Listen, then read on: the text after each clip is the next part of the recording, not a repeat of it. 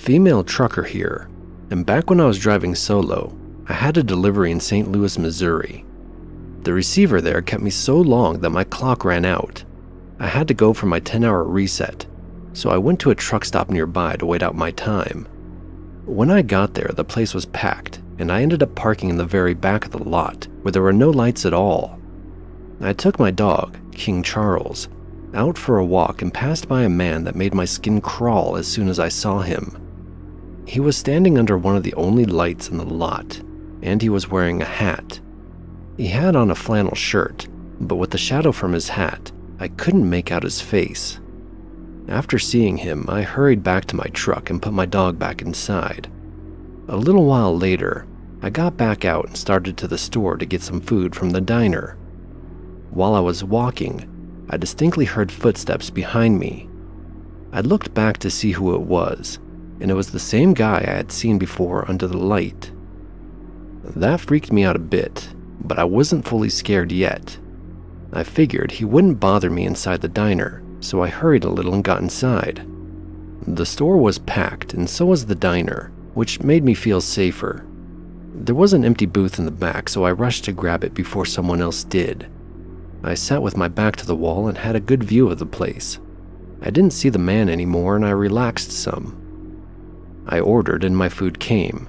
It was about halfway through eating that I really needed to use the restroom. I told the waitress I wasn't finished and to not take my food, then got up and used the facilities.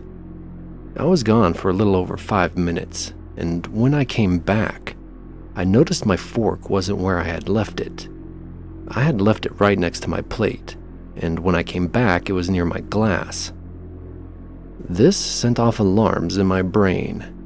I called the waitress over and asked if she had seen anyone near my food. She responded that she had been very busy and wasn't paying attention, but she didn't think anyone had been near the table. I asked to speak to the manager and she went and got him. I relayed the whole story about the guy I had seen earlier, and he seemed sympathetic. He even got me a new meal to replace the old one. Then he went into his office. When I was about done eating, he came back out of his office and said that he had reviewed the security tapes from inside the store. One of them had a good view of my table, and in fact, a guy had been by. He had pulled something out of his pocket, shook it over my mashed potatoes, stirred it, and then left out the side door. There were no cameras in the parking lot, so they didn't know where he had gone, but the manager offered to call the police so I could file a report. I normally don't like police officers, but this made me reconsider that opinion, and I said I would like to file that report. When the officer showed up, I told him what had happened, and he reviewed the tape. He also went out and searched the lot for anyone matching the description, but he didn't find anyone.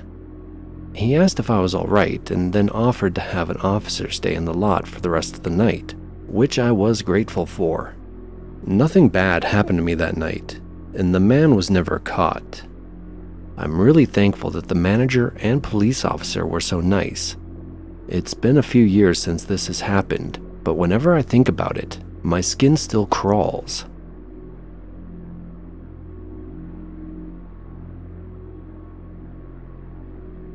Swamp gas is a known phenomenon that occurs frequently enough that most people know about it. I'm not going to get into all the science behind it, but it is also generally believed that this is the explanation behind will-o-wisps in old folklore. I was hauling some oil rig gear through Louisiana and was behind schedule, so I was taking some back roads to make up time. There was a road I knew about that would shave off at least half an hour, but it was remote and seldom used. Still, I was in a hurry to drop off my load and make time for my next pickup. I was going down this back road, and it was already dark. I was a little surprised to see what I thought were headlights in my rearview mirror, when I know this road is all but forgotten to anyone but locals, and even then, they rarely took it because there was nothing on it. The vehicle stayed behind me. It didn't try to catch up or pass me, more like it was pacing me for some reason. The trip down this stretch of old highway took 3 hours, and after the first hour, the vehicle behind me was still keeping pace. I thought that maybe it was a trucker doing the same thing I was, and not a local using it as a shortcut or to avoid a traffic stop. 2 hours in and the same lights were in the same place. Now, there is no turnoff on this road. It's a straight shot until you hit the freeway on the other end. I was finding it weird that it never caught up. As far as I could tell, it never changed its pace. I even tested it since there wasn't much else to do. When I slowed down, it slowed down. When I sped up, it sped up. It was like it was attached to me or something. I actually found this annoying and wondered if it wasn't someone toying with me or something.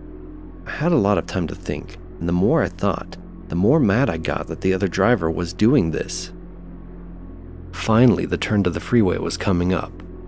I took a last look in my rearview mirror, and the lights were still there. I wanted to know who had just followed me for the last 3 hours, so I pulled off before I hit the merge lane. When I got out and looked behind me, there was nothing there. I waited for a minute to see if maybe they were lagging behind, but no vehicle appeared.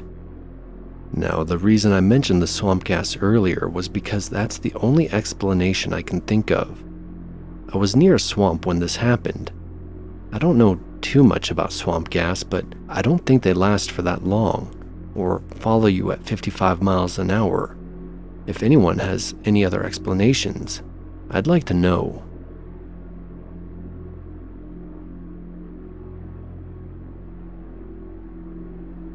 I spent most of my 20s as a logging trucker up in the Northwest. I've moved on since, and I'm now in my mid-40s. While I had a lot of scary experiences and close calls, they were all easily explained except for one. It was early in the morning, late October 2008, I think. We had done one haul down the mountain with no issues, but it had been raining the night before, so the road was a little squishy. Nothing anyone with a little experience couldn't handle, though. After driving for a while, you start to be able to tell where the ground is stable and if it breaks, which way it'll go. You can kind of feel those types of things with how the road responds to you. I had loaded up again and was about halfway down the hill when 2 deer jump out in front of my truck. Sometimes you have no choice but to hit an animal since it would be a greater risk to your life to try to avoid it. But I had plenty of space and it should have been easy to avoid them. I put on the brakes to slow myself and to give them a chance to get out of the way. It was a 14% grade hill I was going down, which is fairly steep but nothing remarkable. The weight behind kept pushing me forward, and it must have been the change in momentum that caused the road to start to give away. It wasn't much, but it didn't stop. My truck kept sliding and the back was coming around, jackknifing me until the trailer hit a few trees, tearing it from the tractor. This made me spin to the side, and it seemed to all happen in slow motion. I remember not being afraid because I knew I'd be fine, but I watched as I got closer and closer to the deer that were standing there. That's really odd behavior for them, since the noise should have scared them off. I saw it as my truck hit them, but then looked away because I knew it was going to be messy. The thud was audible, and I even heard bones break. I slid another 5 or 10 feet sideways down the hill before I finally stopped. After catching my breath, I hopped out to check the damage, and I was shocked when I didn't see 2 dead deer on the road. No blood, no fur, nothing. I found their tracks in the soft soil coming up to the road, but there were none leading away. They hadn't jumped out of the way. I know that because I saw the impact and heard it as well. I was left there scratching my head for the next 30 minutes until someone came and got me and the truck out of there. I told my boss what had happened, and he looked at the site and confirmed he found the same tracks I did. He couldn't explain it either. They had my rig repaired the next day, and I continued to make hauls up and down that mountain for the next month with no incident. It was the damnedest thing I've ever experienced, and I still don't really know what happened.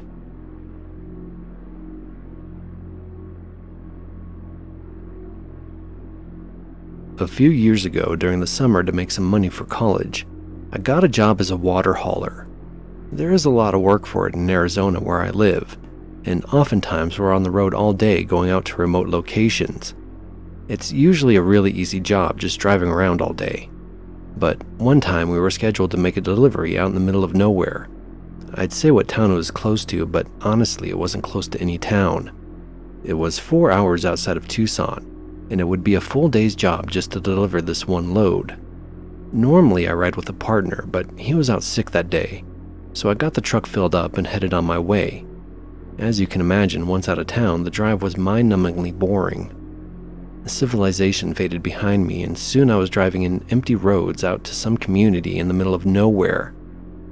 3 hours in, and I see a plume of dust in the distance, like someone was tearing down a dirt road pretty fast.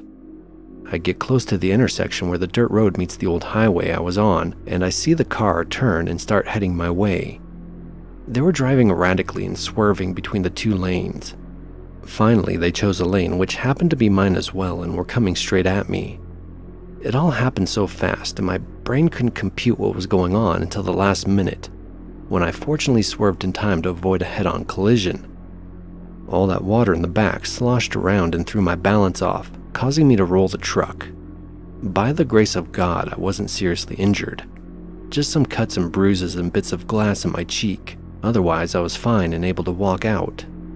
I called 911 and let them know what happened, and that's when I noticed the other vehicle was in a ditch on the side of the road.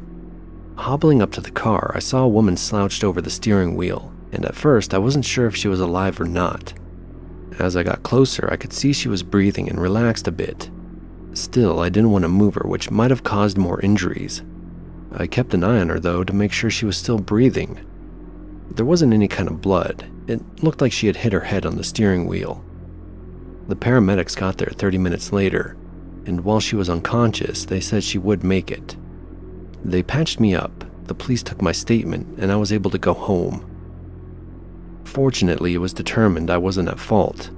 Later, I found out that she had written a note and was trying to commit suicide, and would have used me to do it. I hope she got the help she needed, because I know I needed some therapy myself after that.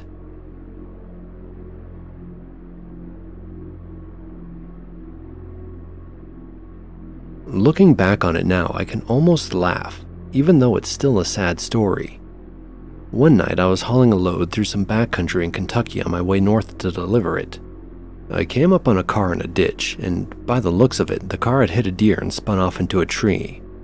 I jumped out and popped some flares in case anyone else came up on the scene, then ran to the vehicle. As I got closer, I could see a body that had been thrown through the windshield. It was mangled pretty bad, but I noticed the shirt the man was wearing and could see his face. He was definitely dead and probably had been for a little while. I immediately ran to my truck to use the CB radio, but it wasn't working, which was weird. I then tried my cell phone, but that wasn't getting a signal either. I heard footsteps behind me and turned around to see the man from the car walking towards me. I still had a line of sight on the vehicle and confirmed that the body was still in the windshield. The man was all covered in blood and was saying something, but I couldn't make out what was being said. I called 911 using the emergency service and tried to ignore what I thought was a ghost. Finally, the man that was walking reached out to me and put his hand on my shoulder. It was then that I realized he was real. I let the dispatcher know that there was a survivor and emergency services were dispatched. I did my best to help the man, who was clearly in shock, by wrapping him in a blanket and sitting him down. When the police got there, they discovered that the two men were identical twins and had been wearing the same outfit. The driver hadn't been wearing his seatbelt. Luckily, his twin had been, which was the only thing that had saved his life.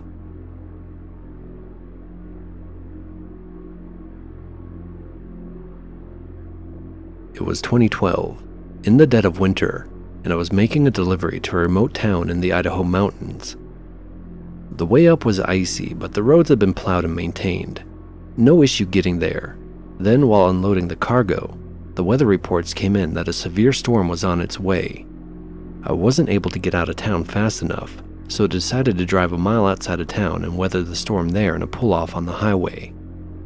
It was a good thing I made that decision too, because the storm would have hit while I was dead center in the mountain pass, if I had decided to try and make it. The storm lasted 3 days, and with the town close enough to get gas, I made out pretty comfortable. The cold and wind weren't the issue though. It was what happened every night that had me worried. I remember the first night I was stopped there. I kept hearing a knock on my cabin. I was all warm and relaxing in my bed watching some movies when I heard 3 knocks on my driver's side door. I thought it was just the wind, but my cab wasn't rocking from it. I had pretty good shelter with the tree line being 50 feet from the road. I ignored it at first, but then 15 minutes later I heard it again. I would have hated for someone to have been stuck outside in that weather, so I went up front and looked out the window. There was no one there and no visible branches or debris that would have been able to make that sound, so I went back and laid down again. This happened all night. Every 15 minutes or so there was a knock on my door, and every time I looked, no one was there. The next morning I went outside and walked around my truck and there was nothing there. The snow was still falling pretty hard, so if someone had made tracks, they would have been covered in no time. Other than that, there were no other signs of disturbance around the truck. No scratches on the paint, nothing. During the day there was no knocking and I sat there all that day watching shows. As soon as the sun went down, the knocking came back at the regular 15-minute intervals. Every time I checked, there was nothing there. I never went outside of the cabin at night. I was too afraid to, and I kept my gun with me just in case. On the third day, I took a run into town to pick up some water, gas, and a few more snacks. Ended up talking to the gas station clerk and mentioned the knocking. He said he didn't know what it was, but he had heard of it before and advised me from opening the door at night no matter what. He couldn't give me an exact reason, just things he had heard from when he was a kid, nothing concrete. It was supposed to be bad luck or something was the best he would tell me. He said as long as I was inside I'd be fine. I'm not a superstitious person at all, so the luck, either good or bad, didn't concern me. But I was reassured that as long as I stayed inside I was okay, especially since I didn't have any plans to go out and check anyways. Still, I kept my gun on me that night, and this night was the worst of all. Previously, it was just knocking on my door every 15 minutes, but this night, from about midnight until 2 a.m., every 15 minutes it was more than knocking. It was pounding on the door. The snow was coming down thick now, so much so that I couldn't even see out the window that night. The pounding would last a couple of minutes, and then be followed by a scream. It was like whatever was out there was pissed that I wouldn't open the door. It wasn't just the door this time either. There was pounding on all sides. Both doors, the back of the cab, the roof, even from under the truck. Whatever it was, it seemed to be trying to find some way in. At 2 a.m., almost on the dot, it all stopped. I didn't sleep at all that night, and fortunately the next day the storm ended. I was able to leave before night fell again, and I was well away from there before I had to stop. I'm not sure what would have happened if I had gone outside. I think that gas station attendant didn't want to scare me, so he kept things pretty mild. I stopped delivering to that town and asked for a different route, which I was given. I stopped trucking altogether a few years ago as I'm getting too old for it now. I'm just really glad I never opened that door.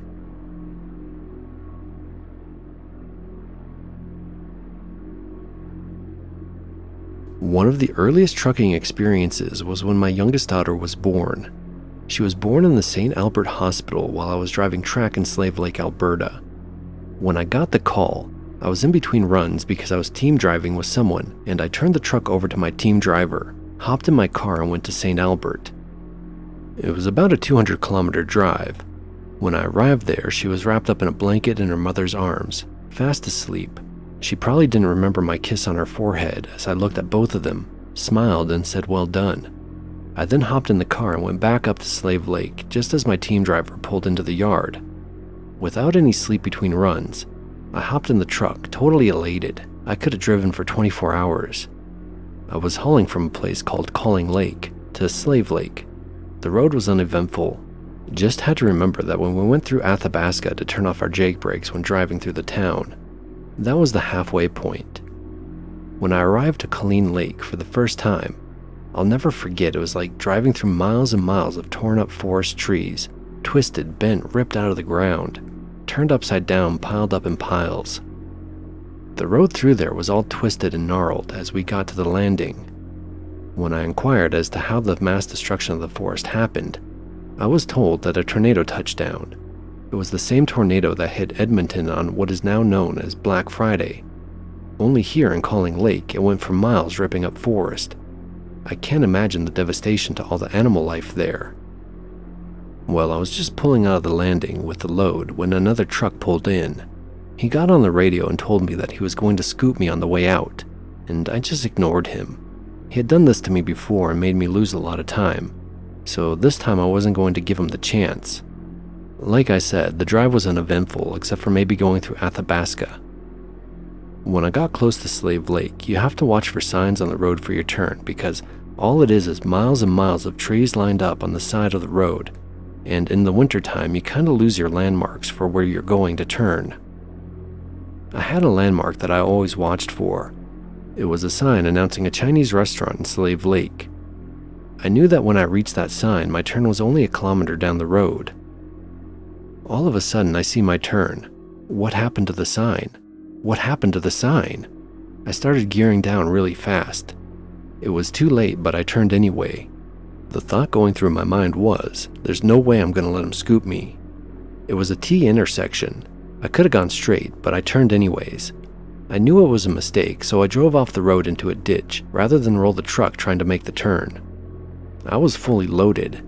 To apply the brakes didn't mean anything. All I was concerned about was keeping the truck from rolling over as I rolled straight up to the tree line. I stopped just short of the trees and thought to myself, why did I do that? Just then, the driver's door window smacked me on the side of the head as the cab went over and I flew into the passenger seat. What I failed to realize is that the load was rocking back and forth and flipped the truck over. It wasn't easy getting out of the truck because I had to climb up and crawl through the driver's door.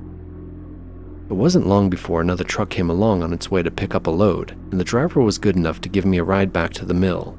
All the way back to the mill, I thought how stupid that was to try and make that turn, just because I didn't want him to scoop me. I could have gone up the road another 10 kilometers, and taking a cut back to the mill, I would have been late, but it would have worked out. The thing I thought the most about was that I was still alive, and what a horrible thought it would be for my daughter to grow up, never knowing who that man was who came and kissed her on the forehead in the hospital. I went back over the road the next day and noticed that somebody had purposely walked into the deep snow into the woods and cut that sign down, and for the life of me, I couldn't figure out why they would do that in the dead of winter.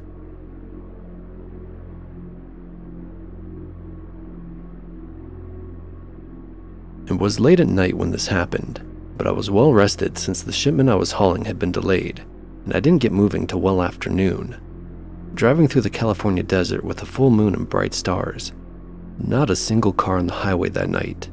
I absolutely loved the desert at night, and I was kind of getting lost in the peacefulness of it all. All of a sudden, a coyote jumped out in front of me, causing me to slam on my brakes. Then I realized it wasn't a coyote because it was only on 2 legs. Just as soon as I saw it, it looked at me and then ran faster than anything I've seen before in my life. I was sitting there scratching my head, trying to understand what I had just seen, when I saw a second one, on 2 legs again, blur through my lights. I didn't sit there and think about it any longer. I didn't care what they were. I just knew they weren't natural, and I got out of there as fast as my truck could take me. I made good time on that trip because I didn't stop for anything except for gas.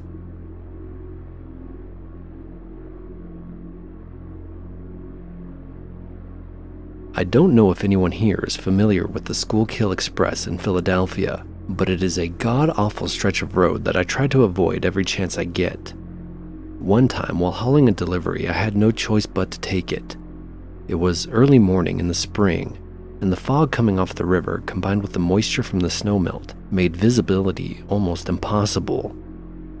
I was only able to navigate by rolling down my window and looking for the white line on the side of the road. I was on the right side and looking at the right side of the road, so I didn't notice an SUV come roaring by on my left.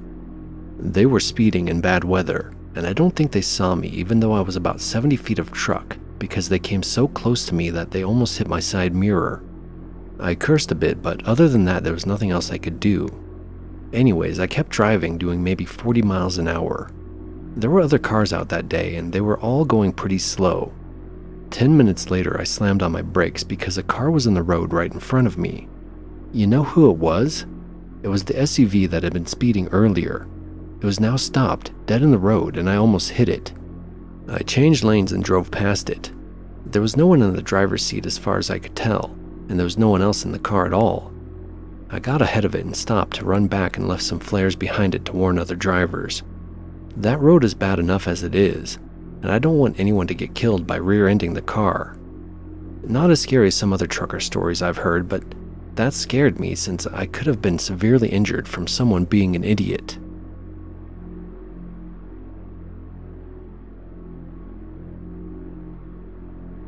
Not necessarily scary, although I would say it was weird. I loaded up one morning at about 4 a.m. and headed out on the road before the sun was up. This was when I was delivering loads in Michigan, and it was late fall, so the sun didn't come up for some time. Out on the road all by myself, enjoying the quiet and the stars. Had some old-time country music on the radio while smoking my first cigarette of the day and drinking my coffee. Kept one eye on the road and the other on the stars when I heard noise coming across my CB radio. It sounded like static at first, and I thought maybe someone had a hot mic. It would come and go though, which was really weird. Whatever, it was a good morning and I'm sure they'll figure it out soon enough. It kept happening, so I switched to another channel. It started to do the same thing, but then I heard some gibberish coming across.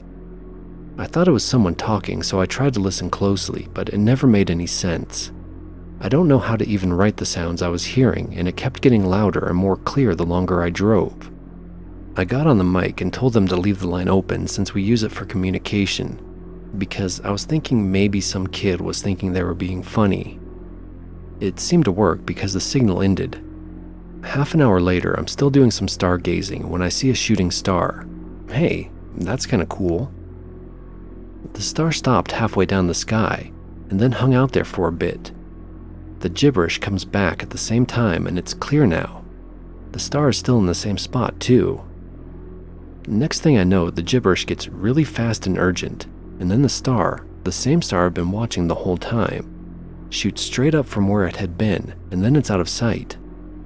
The gibberish stopped at the exact same time the star took off. The rest of the day I thought about that and what it could have been.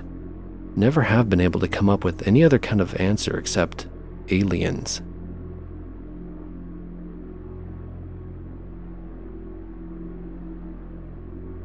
When I finally finished my training and was driving solo, I had a wild experience. It was a sunny day in the summer, and I was driving through New Mexico. Not a lot of big towns in the state, and even in the middle of the day I found myself alone with no traffic around. I had just picked up the drive again after stopping at a little diner for some lunch. Looking back on it, I think this is when I was marked. It was 30 miles from the diner when I saw a car broke down on the side of the road. This will probably seem cliche, but when I drove past, there was a very pretty blonde standing at the front with the hood up, and I will admit I was fairly lonely. I pulled over to see what the problem was and if I could help. When I hopped out of the truck, I couldn't find the woman anywhere. It was like she had just vanished. After looking around for a bit, I turned to go back to my truck and got smacked in the back of the head with the butt of a gun. Two men in ski masks started to yell at me to open up the trailer. I hesitated for a minute, and then a gun was shoved into my face. I wish I had fought back, but this wasn't a movie, and I know I would have been shot right then and there, so I complied and opened it up. A van pulled up and the men unloaded all they could into the van before taking off. I really didn't want to report it since it was my first time out, and because I didn't want to say I'd stopped to try to talk to a woman, but I knew I had to. My boss wasn't happy, although he wasn't too upset either. He chewed me out for a bit, but since insurance would cover everything, he was just happy I wasn't hurt. I also wasn't allowed to drive solo for a good while after that. The police never caught the men. They did say that this kind of thing happens more often than you would think, and I should be more careful in the future.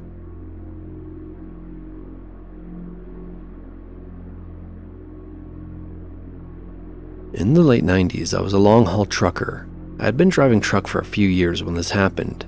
It was on a cross-country route going east to west that I had been doing for a good while and knew the way pretty well. Somewhere outside of Omaha, Nebraska, there was a detour due to road construction, so I took it.